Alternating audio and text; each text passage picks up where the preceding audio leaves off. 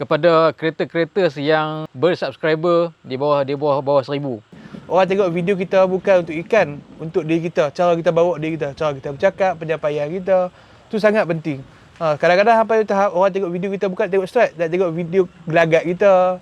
Kena ingat video strike mancing, mana siapa-siapa boleh strike. Kalau kita nak kata kita dapat ikan paling besar, akan ada lagi besar pada kita.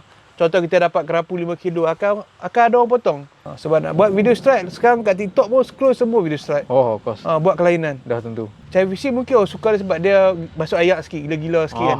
Kita ada Arif Fishing, cikgu. Mungkin orang suka tengok dia sebab penyampaian info dia cantik. Dia penuh dengan ilmu penyampaian dia.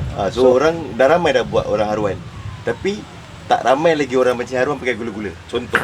Ya. Kita kena buat something different. Banyak orang mancing kerapu, tapi memancing kerapu menggunakan pole, jolok lubang, tak pernah ataupun mungkin tak ramai. Setuju? Yang penting sekali pasal mancing, sebenarnya orang tengok ikan satu, tapi yang paling penting adalah teknik. Saya ambil karakter dia sikit, style mancing dia sikit, teknik dia sikit, dan kita buat style kita sendiri.